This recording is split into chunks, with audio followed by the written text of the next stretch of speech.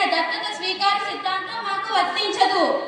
ఏంటి, ఝాన్సీ రాజుకు రక్త సంబంధం లేని కొడుకు వారసులు లేడని చెప్తున్నావా?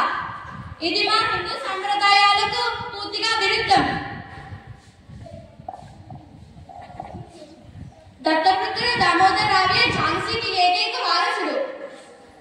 మీరు వ్యాపారం చేసుకోవడానికి భారతదేశానికి వచ్చారు, కానీ మా అంతర్గత వ్యవహారాలలో జోక్యం చేసుకుంటూ మా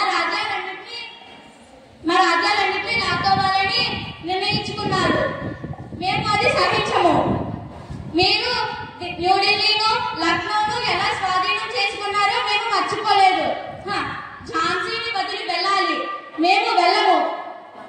మీకు ఎంత ధైర్యం? నా భర్త మరణించాడు, కానీ ఝాన్సీకి నేనున్నాను. మీ దయతో బతికే దుస్థితి మాకు లేదు. వీరులారా, నా సోదర సోదరీమణులారా, యుద్ధానికి సిద్ధం కండి. భారతదేశాన్ని రక్షించుకునే అవకాశం వచ్చింది. ఐక్యమత్యంతో పోరాడదాం. ఝాన్సీని నేను ఎప్పుడు వదులుకోను. నా ఝాన్సీని నేను ఎప్పటికీ వదులుకోను. బ్రిటిష్ వారి ఆధిపత్యాన్ని ఇక్కడ ఎట్టి పరిస్థితుల్లోనూ సహించేది లేదు. యుద్ధానికి సిద్ధంగా ఉండండి. జై హింద్, జై హింద్, జై హింద్.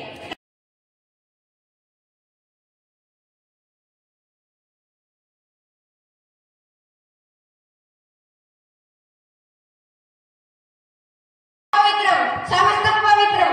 ఈ జన్మకే కాదు, వెయ్యి జన్మల